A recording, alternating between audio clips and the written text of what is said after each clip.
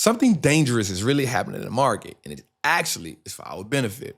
United States and Japan just did something that hasn't been done in over 30 years. That's right. Japan spent about $58 billion buying back its own currency, the Japanese yen. And while that happened for the first time in 3 decades, America did something that we didn't think it would do. It came in and bought about $10 billion of the Japanese yen. Now, Scott Bessent, I think, leaked the photo just to ease the market or do something. But a photo was leaked with Scott Bessent in a cabinet meeting saying, buy Japanese yen, 5 to 10 billion. And that signals something. That caused the market a lot more pressure last week. And the yen, well, it fell to a 4-decade low.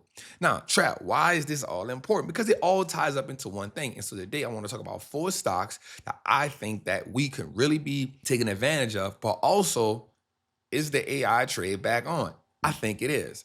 So make sure you like, subscribe, and help this video get to 2,000 likes, because this video is going to be the one of the ones that set us up to close the year out really, really strong.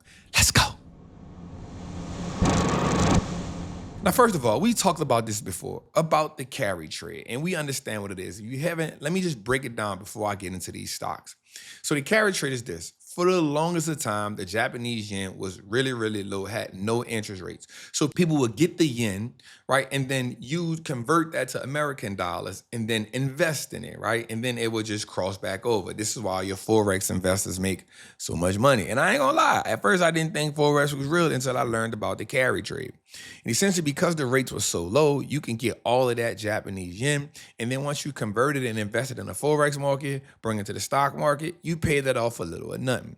But over the last year, year and a half, the Japanese yen has gone up extremely high. And now that has caused pressure because everybody who got those low rates on that interest rates on that yen, now they became upside down because the yen went to, 2%, 3%, and that got scary.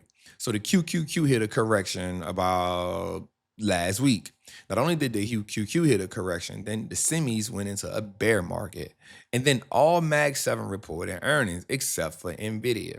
Now, this is essential because a lot of things happened in this short period of time, and we saw a massive June and July sell-off. Now, July is typically the best month in the market. Well, we didn't get that. July sent us down the gutter. But let's talk about what happened. So we already know about the young prodigy who turned $200 million into about a $55 billion fund. Well, him along with everybody else who were bullish on the memory stocks in the AI trade, well, they were using what's called leverage or margin calls, meaning they were borrowing money from banks and other institutions. And those stocks were just going up because there was a lot of fuel behind it. Well, when the Korean stock market started falling, because remember, the Korean stock market is all AI stocks and all memory. Well, when they started getting liquidated and they started falling, then everything happened at one time. Well, Leopard, his fund started having to unwind because they was under so much pressure. Why? Because if you long on a stock and the stock is going down and you're using margin, that 10x is how much that is going down. But he also was short on software. So Microsoft, Adobe, those stocks started getting up. So his fund was getting pulled from both ways. And I'm not here to talk about him. I just want to show you how the unwind happened. So now what happens is once you get to a certain level, like your bank is going to call whoever get the money, they're going to say, hey, you're going to have to either add some more money right here or we're going to have to sell those positions. Well, he couldn't get no more money, so he had to sell those positions. And that was a flash warning to everybody who was over leveraged in the AI space. So when he had to sell, you had other companies come in like Ken Griffin. They come in and bought that book, his whole book that he had to sell to cover his back for pennies on a dollar. So imagine turning 200 million to 55 billion and then losing about 35 billion of it. Well, he's not essentially broke or poor. He's still a billionaire and has $1 billion of the assets. But that liquidation put so much pressure on the market. And since then, we've seen the market bounce. And that is why I'm here to talk about today. Because while everyone else was spending more and more and more on chips, I want you to think about something. Companies like Microsoft, Meta, Amazon, like all the big dogs, they're spending billions and billions and billions of dollars on AI build out. And one of the things we've been talking about is this, like, Wall Street now wants to see where the money at. Like, you're spending all this money, even companies like Google, who is going negative on the free cash flow, Wall Street wants to see the money. And while they had great earnings, well, Wall Street still didn't see the money. And so because Wall Street didn't see the money, those stocks sold off. But here comes Microsoft and here comes Amazon. Microsoft, the Azure grew revenue by 43%, which is the cloud business, which is also attached to the AI. And it showed that their AI segment of their business actually making money. And also their free cash flow reached $19.6 billion, which is great for Microsoft. Now, Microsoft didn't actually just stop spending money on AI or CapEx spend, but what they did say was, hey, we're showing you that we're making money off the AI that we're spending. So that was really, really good for Microsoft, which initiated the initial buyback of stocks. And if we go into the reports, we'll see that last week, after Microsoft reported earnings and Amazon, they had more tech buying than any other part of June and July, which is good. And at the same time, we had AWS, Amazon reported earnings, and their revenue grew by 37% year over year, roughly $42.2 billion, and it's the fastest growing rate in more than 4 years. Amazon is simply saying the same thing. Yes, we are spending money on AI, but here is the profits, and it's showing. And that's what Wall Street wants to see. Wall Street wants to see, are you making profits from all of this AI spend that you're doing? Now, they're the first two companies to show that actually some of the stuff is paying off. So moving forward, we'll probably see some hyperscalers probably either scale back on their CapEx spend and start showing Wall Street, here, we're making more money. And what that will do is help the stocks move forward. Because while providing that AI is making more money, Wall Street wants to see it. And so Google and Microsoft, well, they have cloud businesses, and that's really good. Now, we saw Meta fall really, really hard. Now, the thing about Meta falling hard is they are still making money, but the thing about Meta is they don't have a cloud business.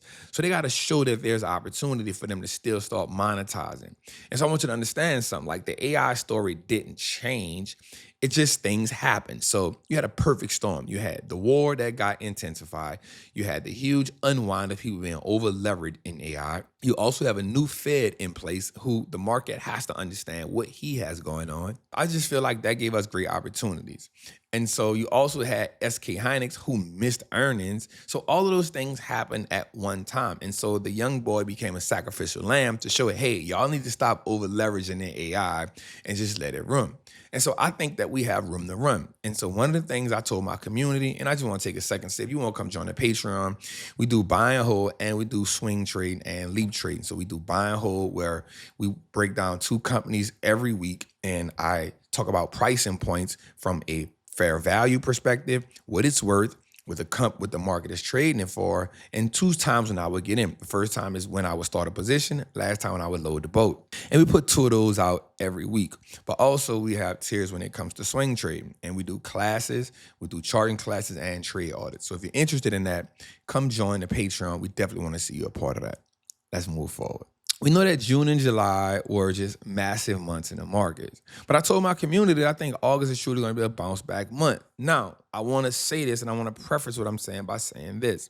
Like, a lot of damage was done to the AI and the chip trade, right? And the memory trade. Stocks were down 20, 30, 40, some even 50%. Here's what I will say when I double back on it. Nothing fundamentally changed. These companies still are needed more than ever, right? And so I'm looking at it like this perspective. Because the story never changed, this makes a perfect buying opportunity. And now let me get into the 4 stocks that I want to talk about.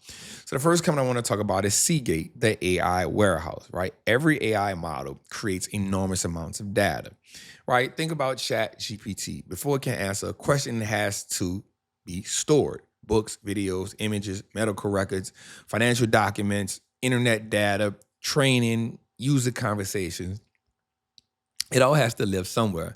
And that's where Seagate comes in, ticker symbol STX. They manufacture high-capacity hard drive, or known as HDD. And they're used in hyperscaler data centers. So every new AI model needs more data, more backups, more archives, and more enterprise storage. That's where cloud companies keep buying these things. And that actually gives companies like Seagate a moat because very few companies can manufacture enterprise grade, watch this, HDD at scale. So essentially, it's Seagate. Now they have a competitor, which is Western Digital, but I want to put the focus on Seagate because it's an amazing company that I think we should take a look at. That's the storage part of it. The next company we should look at, I think, is ARM. They become the AI blueprint company because ARM doesn't make chips. They design the architecture. That's right. Think of them as the architect. So NVIDIA, Apple, Amazon, Qualcomm, like they all get licenses to use ARM CPU designs. So without ARM, many AI chip companies never get built. And that's why CPUs matter, because everyone focuses on GPUs, which is not bad, but every AI server still needs CPUs to run their operating systems, schedule workloads, feed GPUs data, manage memory, coordinate networking, and execute non-parallel just task, right? And so the GPU is the race car, and the CPU, look at that as more of the pit crew, right? So when it comes to AI growth, every AI server shipped almost certainly, y'all, needs CPUs, and that's based on ARM's architecture. And that's why ARM collects royalties across the whole ecosystem. I like a company that collects royalties because that's free money, right? In the world's most valuable CPU, intellectual property. And that becomes extremely difficult to replace. So STX and ARM. The third company I like actually is Intel. And because it's more of a comeback, but most importantly, they're backed by the government. So Intel isn't leading the AI accelerators. NVIDIA owns that race. Intel matters because of manufacturing. And the CEO is trying to rebuild Intel into a world-class foundry while continuing to develop CPUs and AI-related products.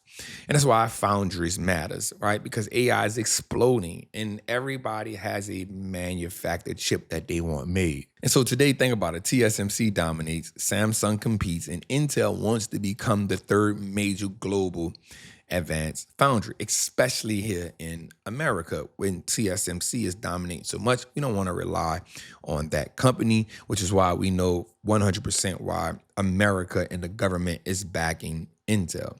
Now, government also wants more chip production outside of Taiwan. Again, we don't want to rely on that.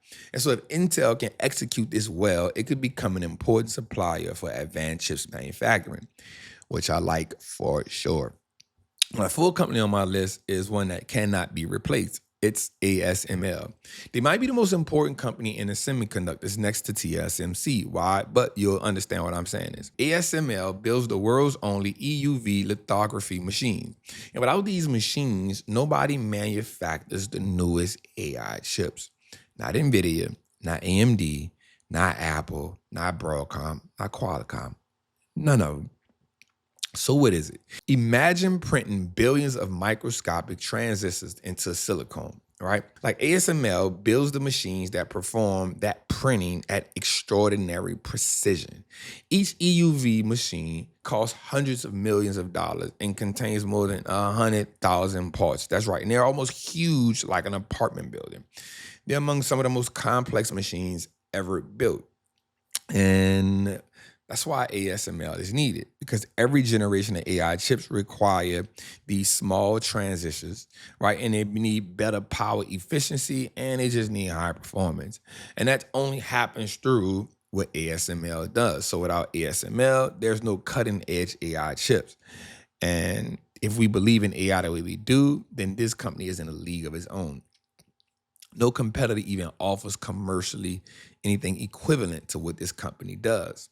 Now, you think about these four companies and you put them together, there's so many other companies in the AI race that are needed. I'm just looking at these four right now, but also runners up could be Broadcom and also KLAC. So these are just some of the things that I'm looking at moving in. Now, I actually think that the AI race, I think it's back on. I don't think it will be as massive of downtrend as it was before, but here's some of the things that we're fighting. We also know that September is around the corner, so we got to be really careful right there. And we also know that midterms are right there. We usually get a big drawdown in September and right before midterms. So I want you to be careful here, right, and not rush into the game. Don't go all in because we're not at the beginning. take your time. Taking your time puts you in position to kill it on the next leg. Remember, this game is about patience and seizing the opportunity, not trying to be first. It's your boy, the Wall Street Trap. I hope this video helped you out a lot. Like, share, comment to this, and salute.